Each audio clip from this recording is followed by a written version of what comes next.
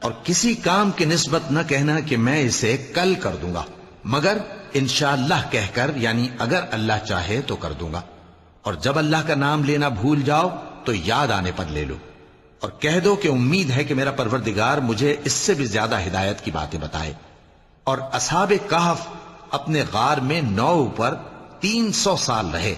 کہہ دو کہ جتنی مدت وہ رہے اسے اللہ ہی خوب جانتا ہے، اسی کو آسمانوں اور زمین کی پوشیدہ باتیں معلوم ہیں، وہ کیا خوب دیکھنے والا اور کیا خوب سننے والا ہے۔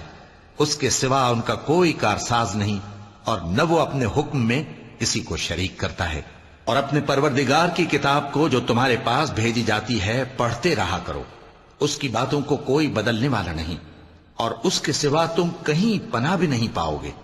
اور جو لوگ صبح و شام اپنے پروردگار کو پکارتے اور اس کی خوشنودی کے طالب ہیں، ان کے ساتھ صبر کرتے رہو